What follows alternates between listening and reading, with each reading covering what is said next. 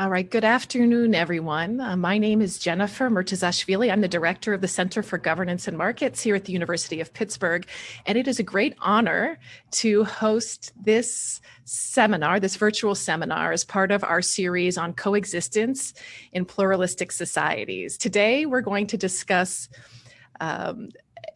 a wonderful essay and a wonderful response to a very provocative essay called "The Tragedy of Human Rights, Liberalism and the Loss of Belonging."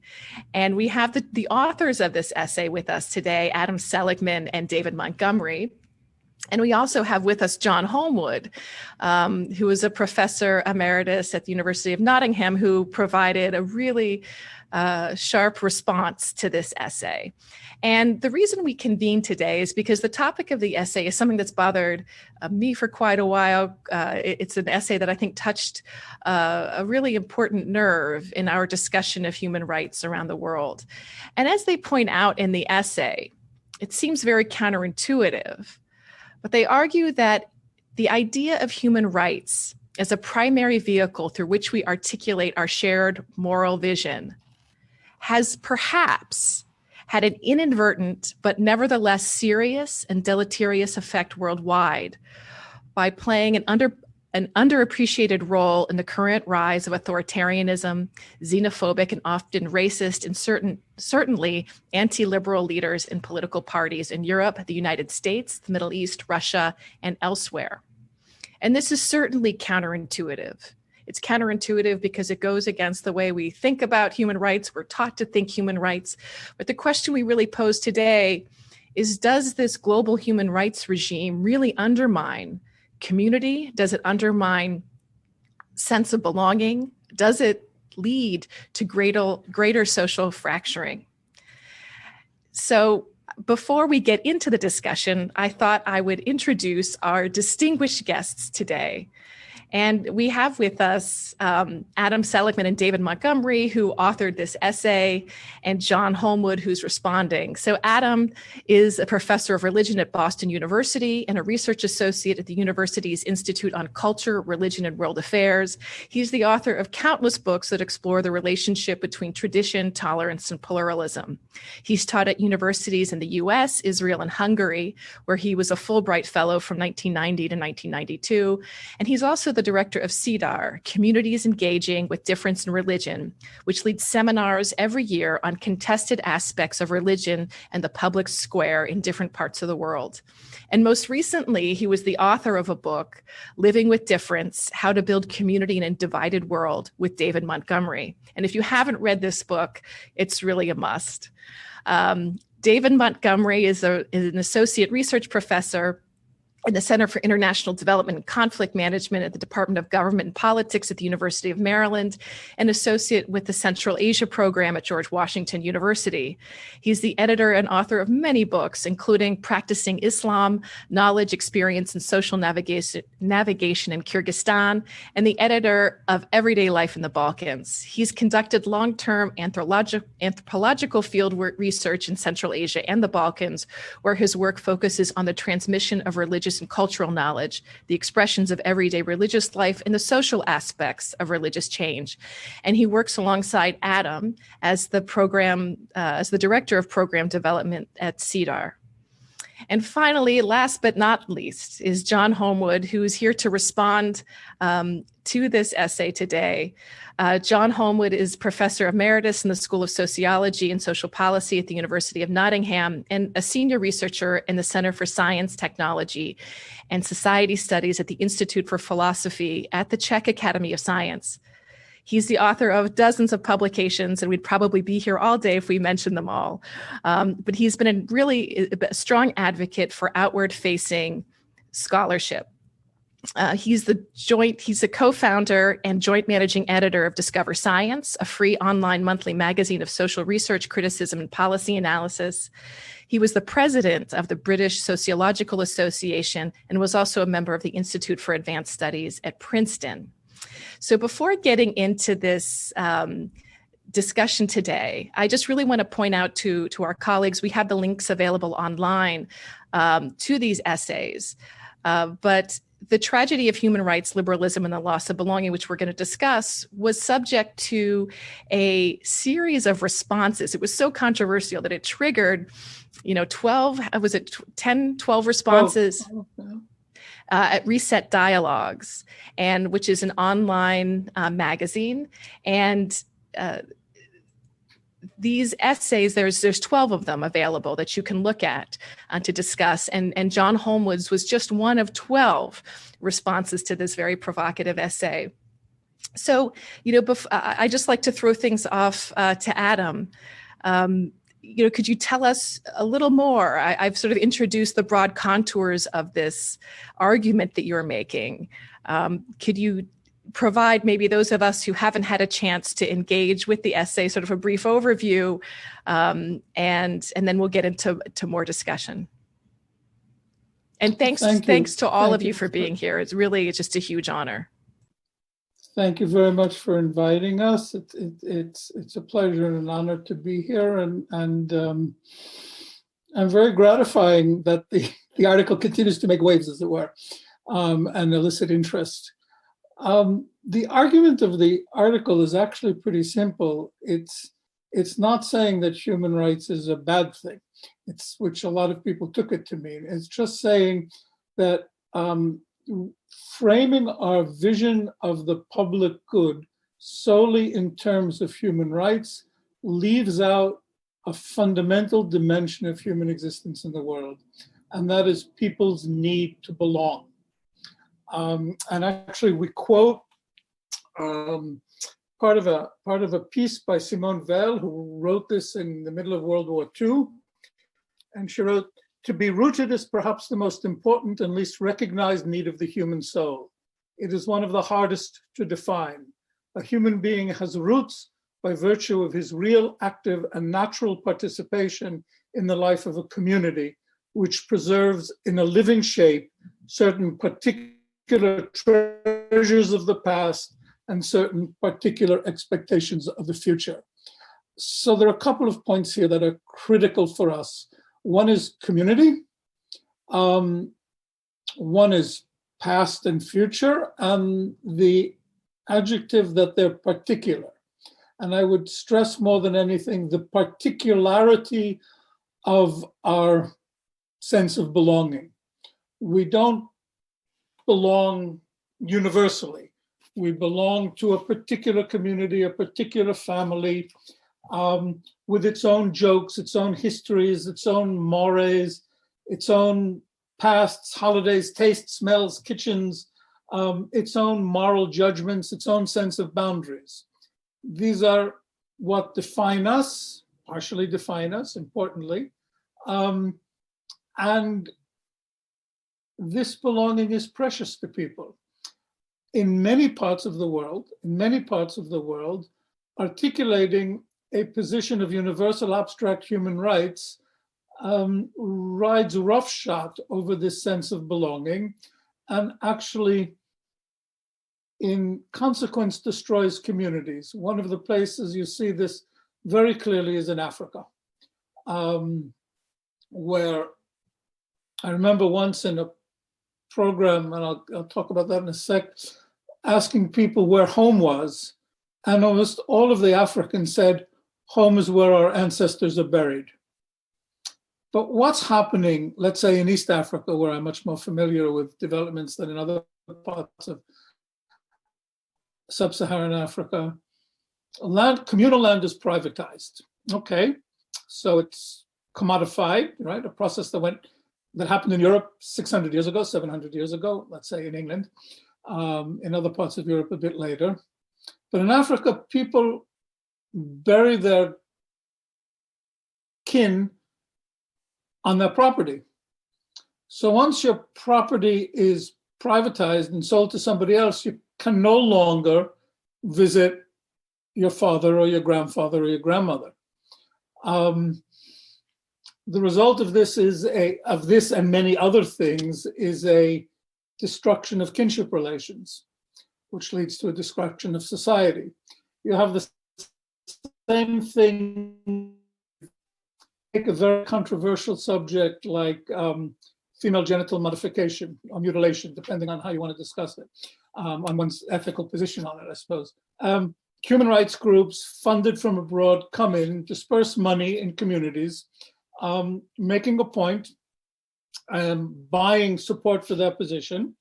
And one would be foolish to reject the position out of hand. However,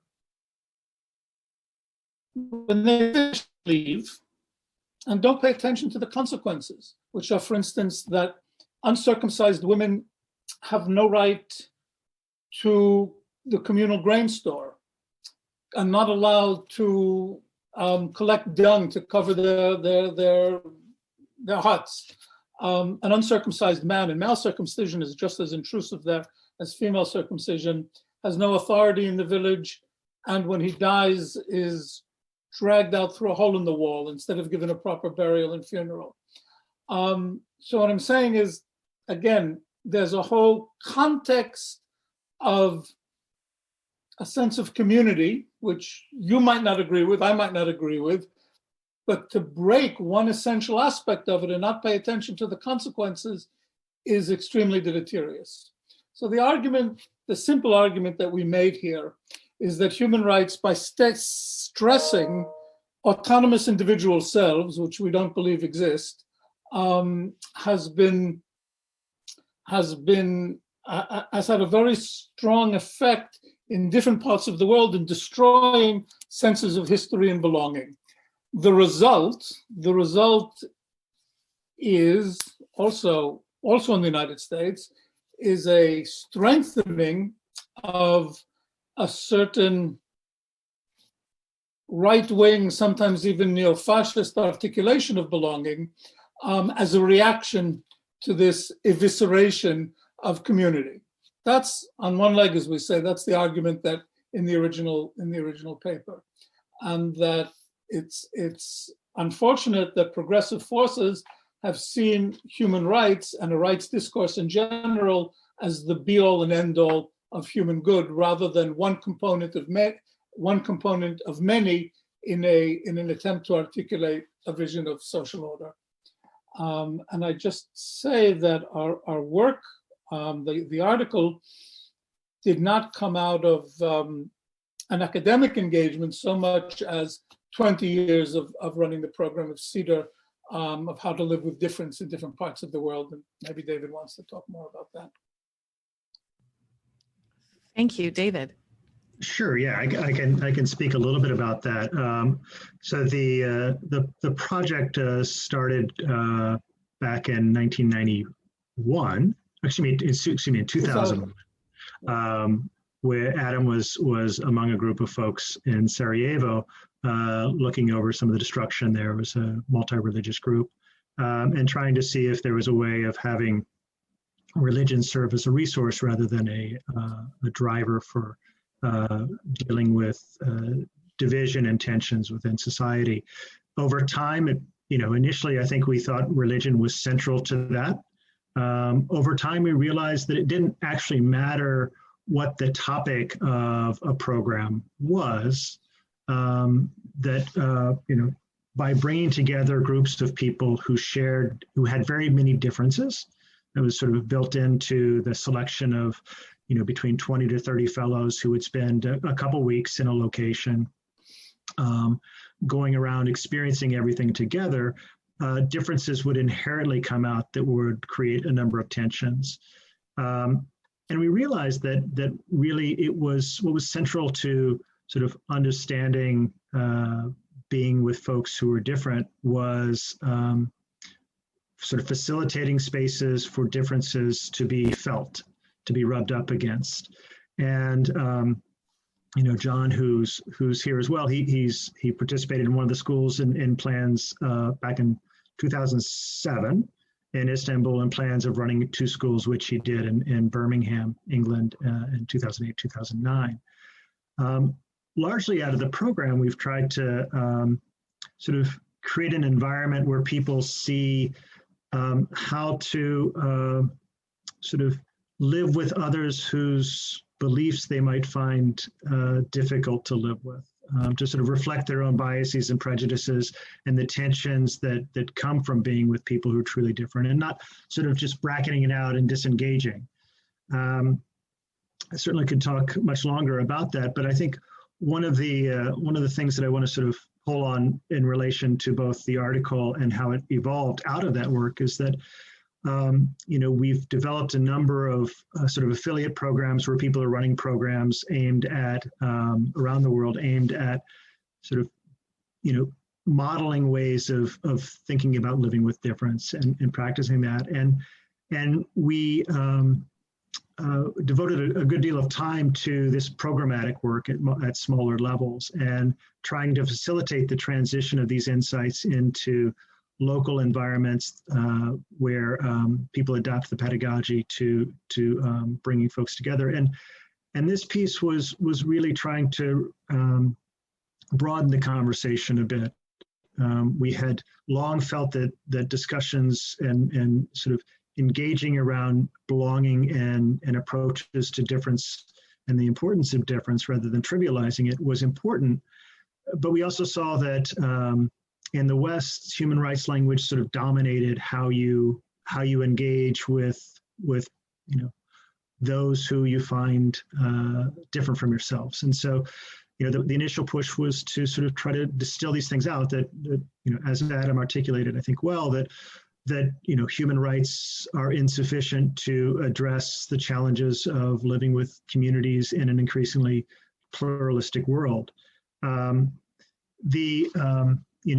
responses that came out of the Reset dialogue, I think, were useful, but many people, I should say they were insightful. Many people felt that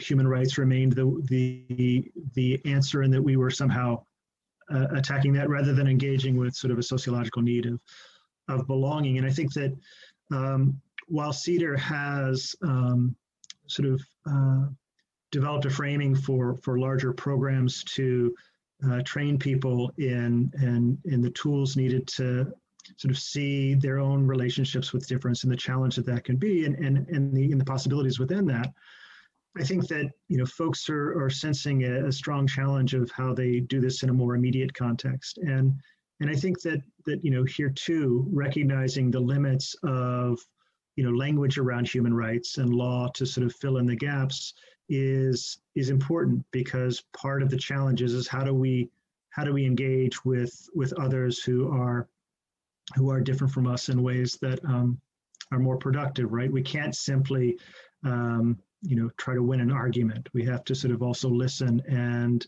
engage in meaningful ways of what matters to someone else, which ties back to Adam's discussions about sort of female genital modification or NGOs working abroad.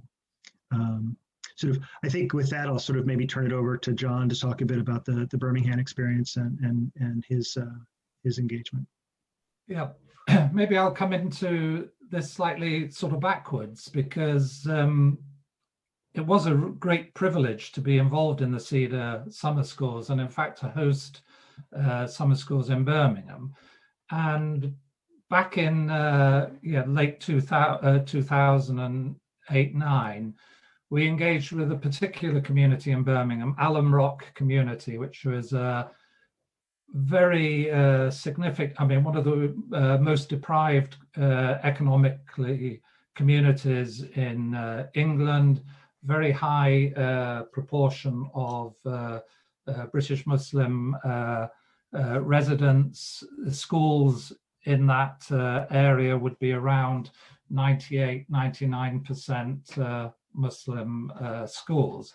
And in fact, the schools, not quite at the time that we were visiting, but a bit before that, were seriously underperforming. So the main school in the area was identified as one of the worst schools in Britain, with hardly any academic achievement. So just 2 pupils at the school passed what would be regarded as the key examinations. That's 2 pupils total. The community became active in engaging with the school, and particularly teachers who had themselves gone to the school and were among the few to succeed at the school.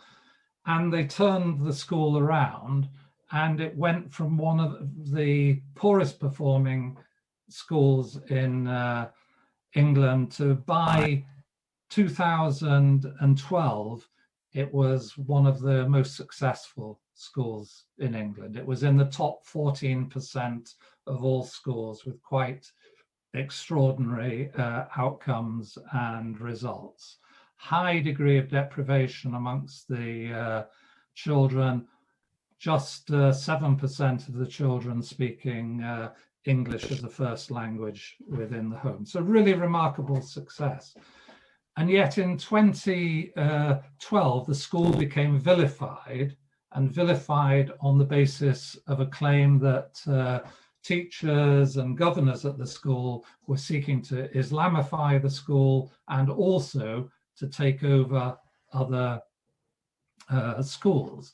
Well, in a sense, armed or forearmed by CEDAR, I became involved in understanding what had happened. This wasn't the school that I understood. It wasn't the community that we had visited, which was a poor but decent and hardworking community of British Muslims. So wanted to try and understand how it could be misrepresented and indeed treated in a way which I think was deeply unjust, and treated unjustly in relation to the claims for rights that were otherwise being promoted. So it was claimed that what the school was doing was undermining the rights of girls within the school, despite the fact that this was now a school that had amongst the best results for female pupils from a Muslim background in England. So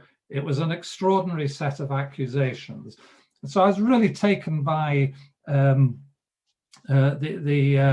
article by Adam and David, and what I had only one sort of criticism of it, not a criticism of the idea of belonging and the importance of belonging in it, because I think we do need to belong. We also need to be included, and to be included on the basis of who we are. That is, that the pupils at a school need to be able to take their whole self to the school, and that is to feel that their culture, their traditions were part of what was valued in the school. And indeed, the success of the school was precisely because it succeeded in doing that, and succeeded in bringing about remarkable achievements for the pupils, such that they would be, as the governor of the school said, that they would be doctors and lawyers rather than taxi drivers, which was what was otherwise being presented as their future.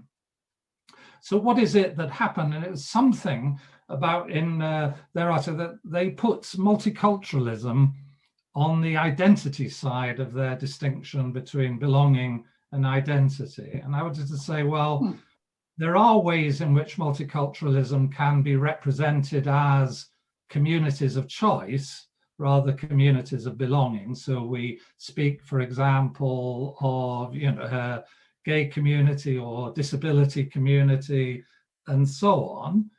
And we are somewhat ambiguous about whether identification is on the basis of choice or on the basis of deep contact with others, being born into a group and recognizing yourself within that group. And what I wanted to suggest was that something had happened in the shift from understanding multiculturalism to include communities of belonging, to understanding multiculturalism as about identity and choice. And in that context, liberalism became, rather than the framework within which multiculturalism could be facilitated, it became argued against religious belonging in particular, and particularly associated against British Muslims. So there was nothing at the school that was untoward except the school had an Islamic ethos in the context of fear about an Islamic ethos and the presentation of Islam, but in fact religion more widely as potentially backward from the point of view of liberal values. And so what I witnessed in Birmingham was a gradual shift of liberalism from being the framework to allow multicultural equality to being the framework of a form of liberal authoritarianism. And when presented, people would say to me, and it's a bit like the FGM argument that Adam was making, that well, surely this is a conservative group of conservative community. They don't really respect LGBT rights. They don't really respect women's rights. And I said, well, they certainly respect achievements and their children doing well, but also there is nothing in liberalism and the what liberal values are supposed to require that obliges people to affirm the rights of others. What it obliges them to do is not discriminate against others. And so if one looked at the nature of the school and so on, for sure, parents, the local community had very conventional, as sociologists would think, conventional views about the nature of marriage, the nature of sexuality, and what was appropriate, and so on. But they also had a strong view that one should not discriminate against others. And so, well, that surely is the issue.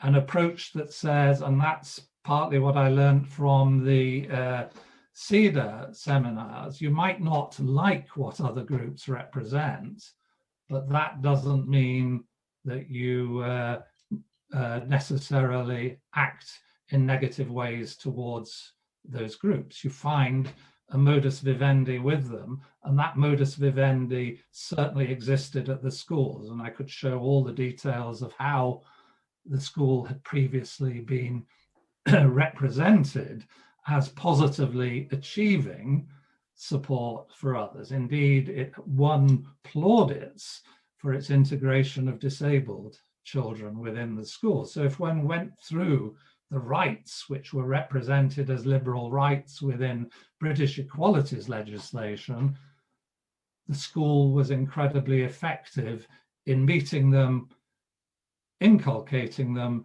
in the context of an Islamic ethos of the school. The only right that was being denied was the right to religious expression on the part of the pupils who were the pupils at the school. The school became closed down, the teachers were dismissed, subject to professional misconduct cases, and so on. So there's a long story there, which is an injustice, but it's an injustice of liberal authoritarianism in the name of rights against the problematic existence of a religious other within their midst. And partly my conclusion was that it showed that part of what our politics is being driven by is a liberal anxiety towards those who wish nothing more than to live amongst us, express their commitments, and to do so whilst being equal members of the community. So what I deduce from that is the problem that Britain has at the moment. It never had a problem of operating a political system of multiculturalism when the political system was an empire. After all, Britain ruled over the largest proportion of Muslims of any modern political entity. What it has a difficulty with is multicultural equality. And I found the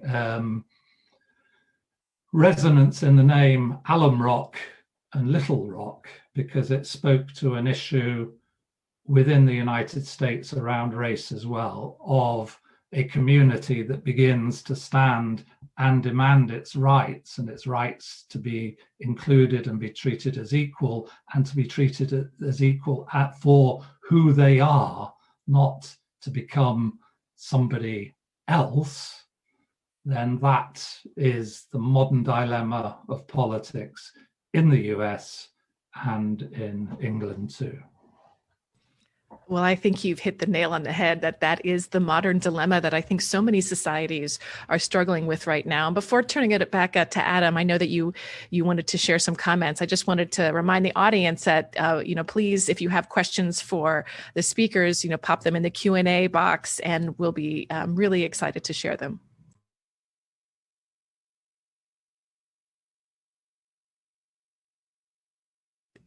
Adam, if you could unmute. Okay, yeah. So I just wanted to draw people's attention to three words that came up again and again in all these brief presentations. One was community, another was belonging, and another was difference. They're all connected, because if you accept the reality that people belong to different communities, then difference becomes a problem. You have to grapple with it. You can't just sort of say we're all the same because we all have rights. So that if you begin with belonging and understand that belonging is to a particular community, again I say particular community with its own histories and so on, then you recognize in very important ways we're different. As the argument that we're all the same pertains, as well as far as I can see, to chimpanzees, with whom we share 98.7% of our DNA, but that kind of sameness. And I think that's true broader for humanity as well. It's the difference that makes us who we are, and that is a challenge to live with. So that's the first point I wanted to make. John's point about being included on who we are.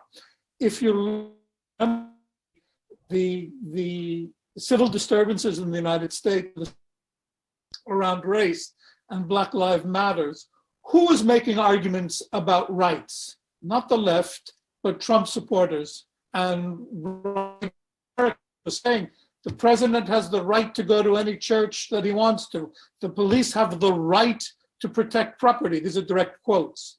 The demonstrations of Black Lives Matter were about, we're part of this society. We belong here.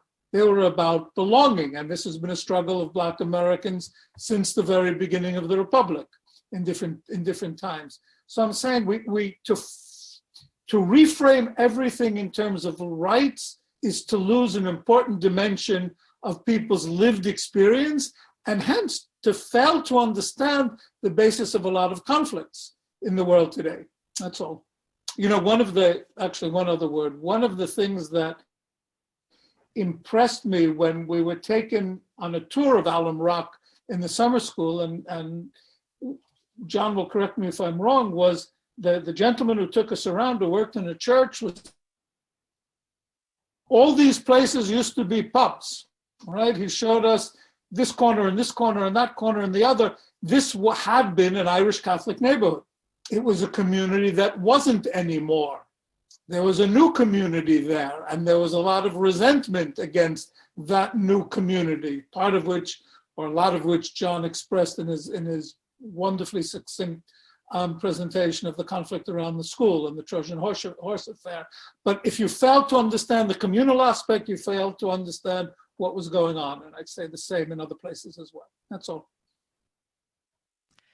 So as you're raising these issues, I'm a political scientist, so I can't help but, raise the governance implications of all of this.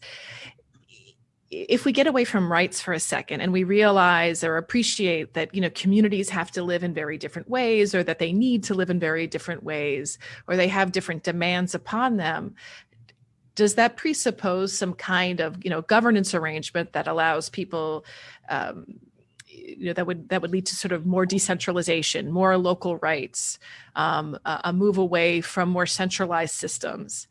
The United States and the UK have two very different ways of answering this question, but is one sort of a prerequisite for the other? That can you have greater recognition of difference without a system that allows, without more legal recognition of difference? But does that get us back to the same problem, that this is actually a rights issue that has to be defined in the rule of law? So I'll jump in and then. So the question that you raise, which is a critical question, is the question of governance and diversity, right? Governance and diversity. And this is not a new problem. This is not a new problem. This was a problem in the Ottoman Empire. This was a problem in Islamic rule in the 8th century, because they ruled over Christians and Jews as well. So the problem of governance and diversity is an old problem, although we might think we're privileged, we're not. And I think what your words at the end were critical, Jen, because it has to do with law. Because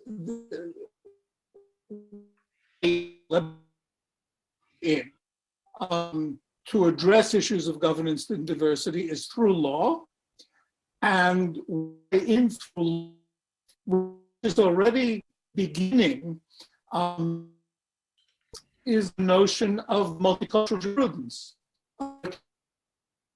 Formal legal recognition that communities do have different standards and different notions of accountability, of guilt, of justice, and so on. And I'm a great supporter of multicultural jurisprudence and the recognition that the need when adjudicating cases involving minority communities to take that into account. And one of the Canada, result of the huge wave of anti-Islamic feeling that everybody has been subject to in the past 20 years, is that various forms of family law that used to be accepted as adjudicated under Islamic law, Sharia,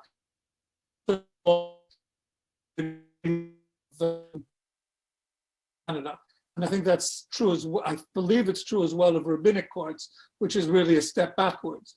But there are volumes and volumes of multicultural jurisprudence, and I think it's a very important step in the right direction.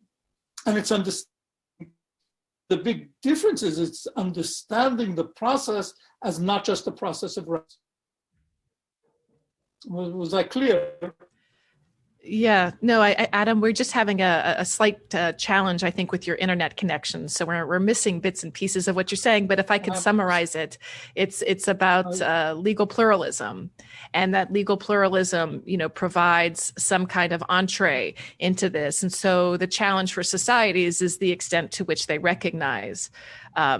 So given that we have nation states, right, that we all live in them, for better or worse, that the solution to many of these problems do come from states themselves. And I should mention that in March, we are scheduled to host Karen Barkey, who, as many of you know, has done really important work on the millet system in Turkey. So she'll actually be coming to speak in this series in March. I don't know if the others, John or David, if you wanted to respond. Yeah, I would quite like to respond, because I think it does go to the heart of what happened in Birmingham, but somewhat paradoxically. I think one of the dangers from the perspective of the, if you like, say the dominant or the majority group, which is effectively the one that has most access to professional organization and to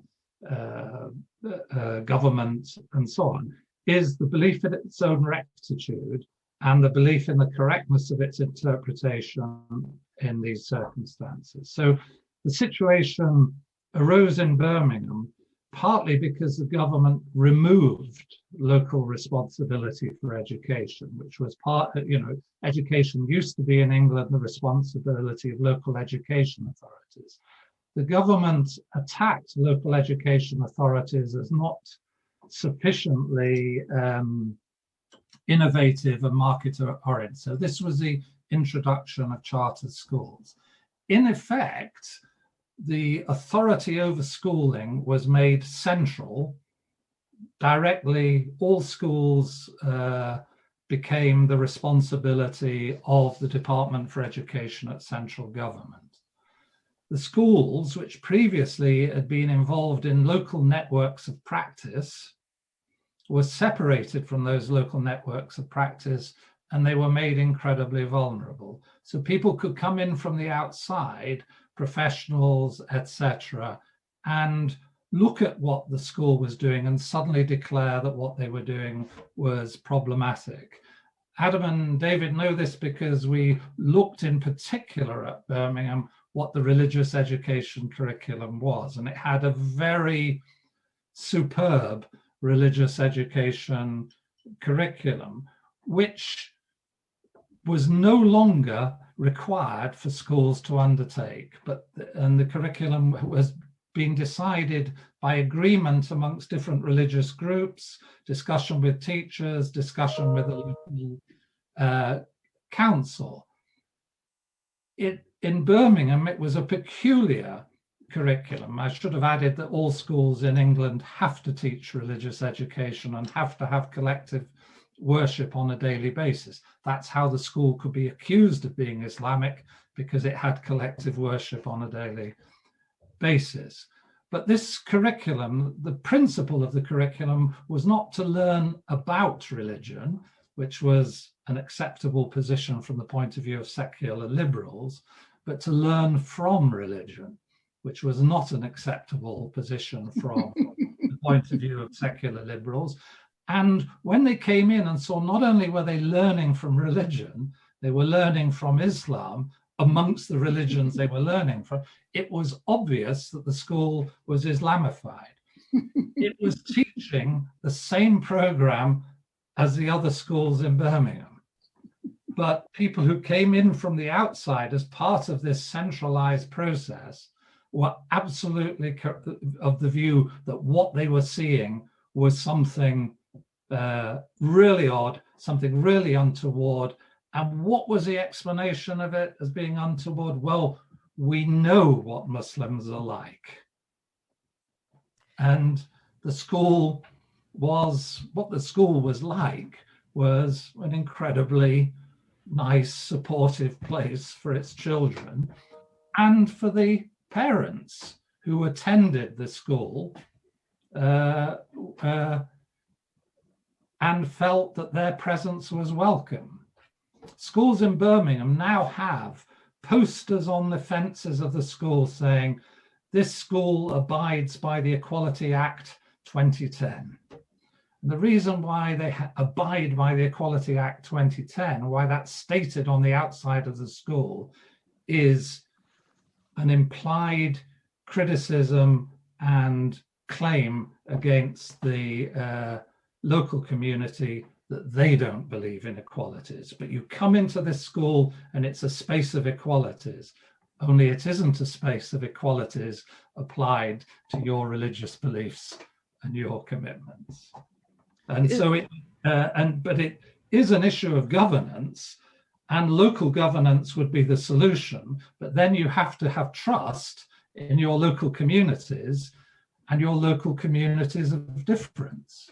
You can't say, we've got a problem of different. And, you know, our Prime Minister, David Cameron, in 2011 had said that the problem of multiculturalism was the country had mistakenly tolerated the growth of segregated communities behaving in ways that run completely counter to our British values, not their value. You know, so the whole process is one that's centralized and authoritarian government can utilize minority communities as scapegoats and liberal professionals go along with it because they tend to be secular in their orientation and predisposed to think that anybody with religious commitments is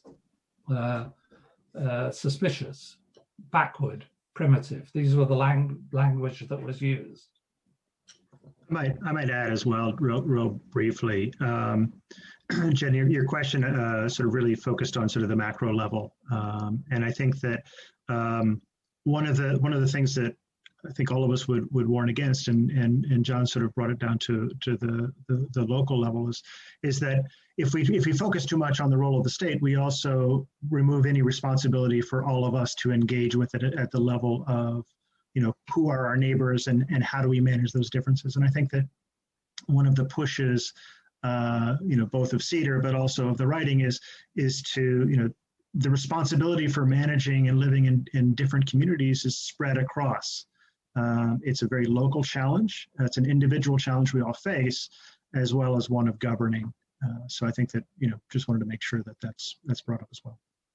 You know, and just thinking of a critique, you know, of the argument that you're making, we have a question from an audience member. It says a lot of researchers today ask for recognition of religious and cultural minorities instead of tolerance.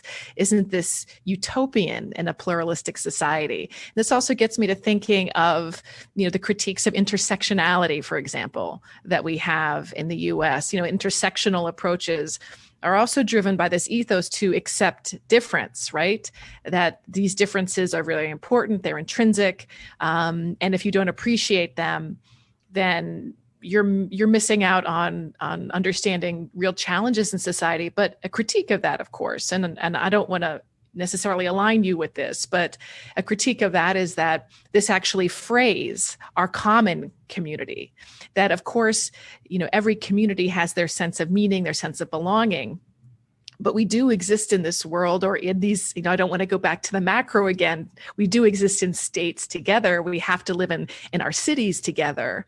We have to live in our communities together. And do these approaches, though, that focus, you know, sort of the intersectional approach that focus so much on differences between group actually lead to the sort of fraying that your work really focuses on trying to prevent? You know, Jen, the first thing that comes into my mind when you raise that question is something that I mentioned in the response to the responses to the critiques in that piece, which is in the summer, you had a fascinating case of ultra-Orthodox religious Jews. And you cannot find a more closed, particular, exclusive community than ultra-Orthodox religious Jews living in upstate New York, who are keep themselves in every possible way apart from the communities around them.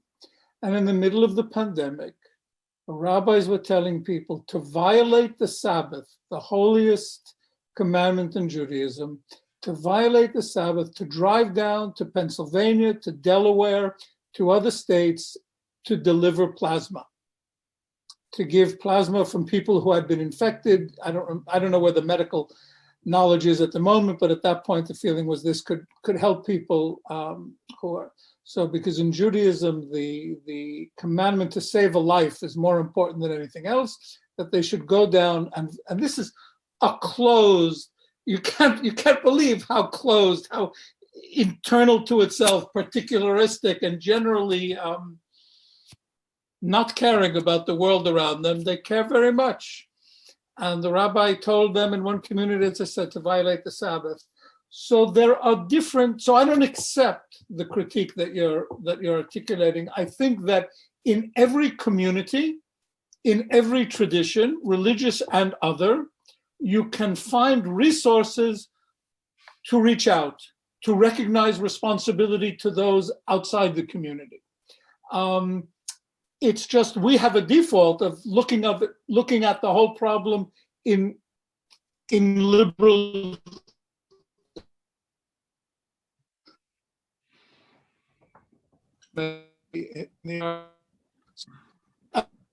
So Adam, I think the activity of these ultra-Orthodox Jews was unique to them. Okay, Adam, we lost you. We lost you for a very brief second there at the end, but I think we got most of the argument. David, I don't know if you wanted to respond to that. Yeah, I do. I mean, I think I agree with Adam, but I think that it's always good to keep in mind that most folks, when they talk about tolerance, they really mean indifference in the contemporary setting, right? I mean, I think it has it implies a much more challenging feeling, right, to live with folks who are different, and those differences are difficult to accept. And I think one of the things that Adam and I have talked about that came up in separately in a different environment is that we don't actually have many of the mechanisms for sort of building the ability to live with these types of differences. The effort of CEDAR was one of those, where we just sort of developed a pedagogy for trying to provide tools for doing that. But if you want to talk about how to live with differences at a national level, I think you need some level of service, right? You need something that brings people together in a sort of deliberate and sort of I don't know if I want to say mission-centered, but some effort that has them doing things together. And also pair that with a way of sort of engaging with and thinking through the differences as you are experiencing them. You do have in the US, you have service corps like Peace Corps or AmeriCorps, but largely those are experiences where people may engage with others within a community, but they're not guided in terms of how do you live with people who are different as part of the community. And I think that would be one way of sort of addressing some of these gaps and tensions around questions of intersexuality and difference and such. We have such fantastic questions coming in from our community here. And one question is how can human rights be redirected to appreciate, accommodate differences of shared and lived experience of communities, identities, and belonging in context as opposed to a one size or standard fits all? And this sort of gets back to the governance question. It gets back to David's response in terms of a service requirement, but it really does mean that, focusing on this as an intracommunal challenge, right, rather than a communal challenge. But what would you suggest as an alternative to human rights? Well, I wouldn't want to get rid of human rights, but I would recognize that human rights is not the only source from which we have resources for how to live together. So, as I suggested, the one principle in rights for me is not to discriminate against others, but religions do have resources around not doing harm to others, and they have a language to express that, and they can understand the connection between it. I think the problem is it's like languages and being bilingual. In my experience, most religious people are bilingual in religion and rights.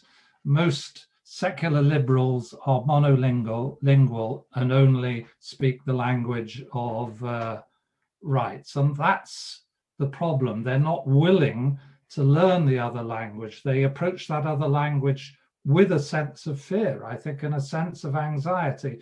And in Britain, the anxiety is real because one of the things that's happened is that secularism, at least empirically, appears to be in the decline, and an increasing proportion of children within schools in England are from religious backgrounds and not the religious backgrounds associated with a narrow definition of our tradition. And people think, well, that's a threat rather than something from which you can learn and understand yourself differently in engagements, in engagement with others. So for me, the idea is that we're a community of citizens and we're a community of communities, and they are not mutually exclusive things, but you have to be open to learning. And if I could briefly, one of my favorite anecdotes is about within Birmingham was speaking to parents who were Muslim parents in Birmingham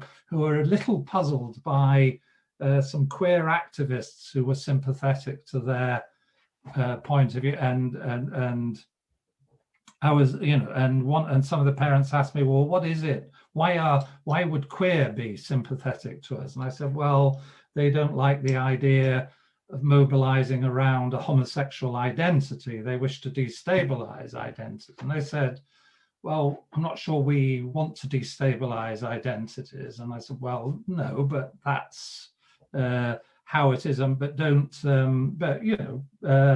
let's understand what they're saying and why that opens up a sympathy to your position. They're hostile to the use of gay rights against ethnic minorities.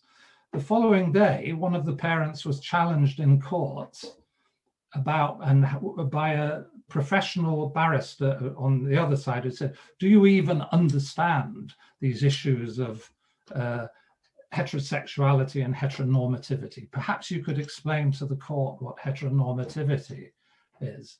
And the parent said, well, I suppose if I explain it through Judith Butler.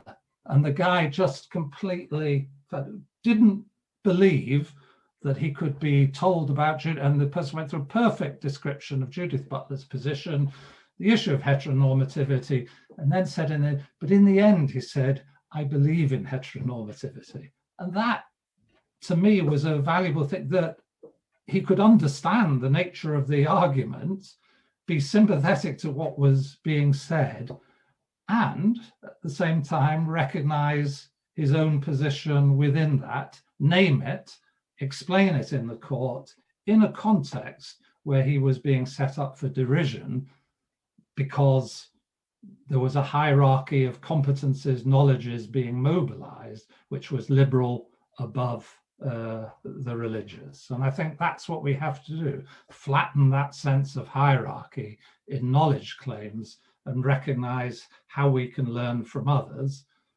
And if we can learn from others, then hopefully we can be part of the learning of others. Adam, you wanted to respond. Yeah.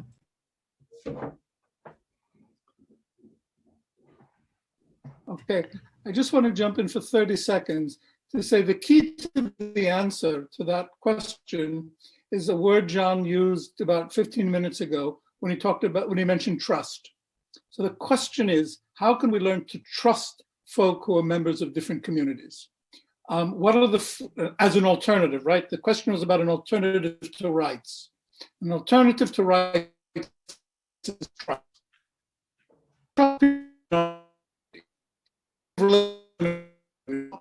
Only at the extreme do we bring in rights. Generally, we don't. We couldn't run a family on the basis of rights. You couldn't run a church on the basis of rights. You can't run a community on that basis. So the question is, to David's point about service, the question is, how do you build, rather than develop a rights discourse, how do you build structures that engender trust across communities? I don't know if that went through or not. Yeah, no, so I'm just going to leave things with, we have one more question. Does relying on human rights not assume an undisputable common ground in terms of values, with the result that this undermines any scope for negotiation on what is acceptable to different groups? In other words, it harms the possibility of living together. It's more of it's a statement and a question at the same time. I don't know, David, do you have any thoughts on this? Yeah, I mean, I think part of what we've tried to say is that human rights are problematic, but we're not advocating that we get rid of them altogether. I think that one of the observations is at a certain level there is a need for a base of rights, but that is insufficient to address the needs that we all have, and so that we should be cognizant of that and proceed accordingly. It's not really I agree with some of the question, but I think that what we're not trying to do is just say we throw out and restructure everything differently. We live in a structure, and I think Adam's point about trying to sort of find structures that allow us to recognize and live with the differences of others is significant, right? Which is one of the reasons why one of the points I made earlier is that, rather than trying to merely rhetorically convince someone that they're wrong and you're right, you have to spend time with someone to try to understand their position. It doesn't mean you agree with their position, but you have to think differently about how you can manage that space across divides.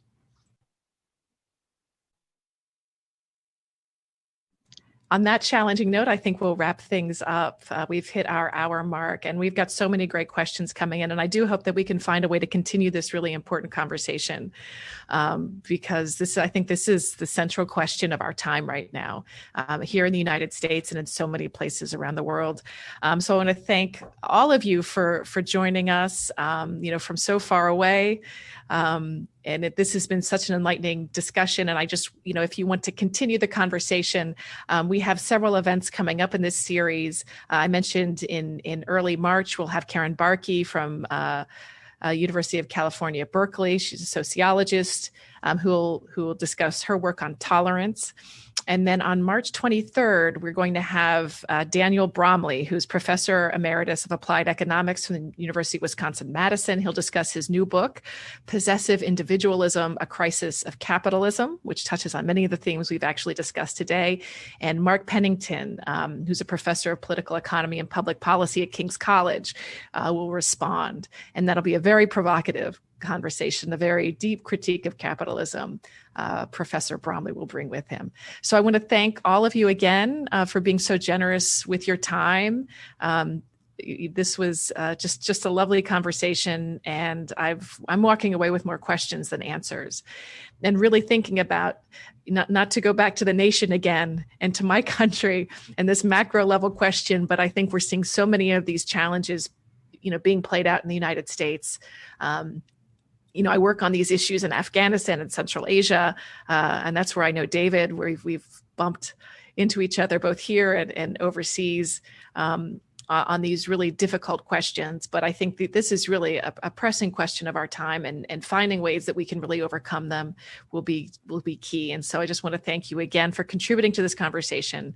And if you haven't read the piece, I'd really encourage all of you in our audience to take a look at the dialogues. That we have links to our website. This video will be posted on YouTube. You can share it with your friends and your neighbors, and hopefully have conversations of your own. And please do take a look at the CEDAR website. And there's a lot of resources there, including David and Adam's book, Living with Difference, which is just superb. So thanks to all of you again. Thank you. Okay. Take care. Thank you.